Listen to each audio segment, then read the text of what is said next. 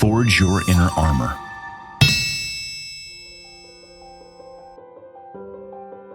As a pediatric psychologist, worked a lot with kids, adolescents, parents, families, and trying to work a lot on communication and, improving family systems. And one of the first things that we need to start with is, how do we talk about our emotions and how do we understand emotions that are going on in children, but also between adults in relationships, say with couples and in the workplace and those kind of things. And so if we really step back and look at ourselves, we are truly this massive tapestry of emotion.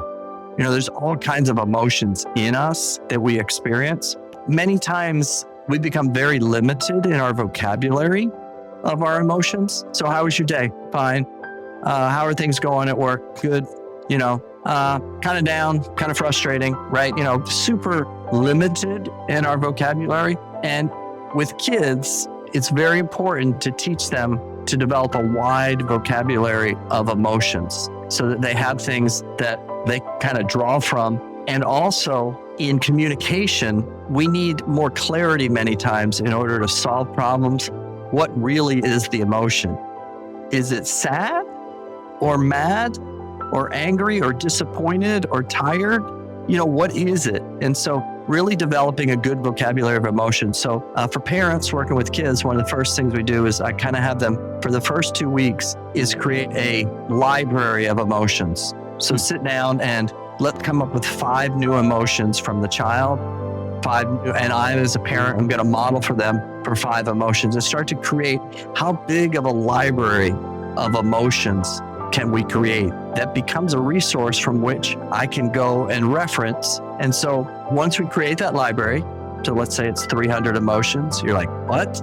Yeah, you have more than 300 emotions in you if you would start to look at it, right?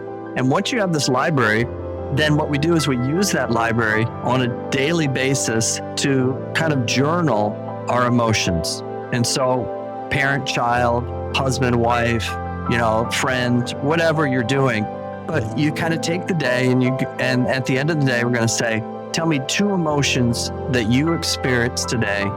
What caused those emotions and where would you rate that from 1 to 10 in that level of emotion?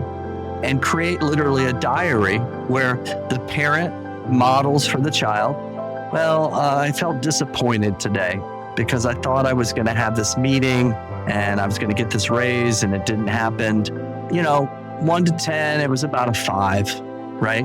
I felt excited today when this happened. I hit my goal in the weight room, right? And that's like an 8 out of 10, whatever. And then have the child do that as well. And when they give you the fine or the good, we can't use the same emotion during a week period of time. We have to go back to our vocabulary list and pull some different emotions out.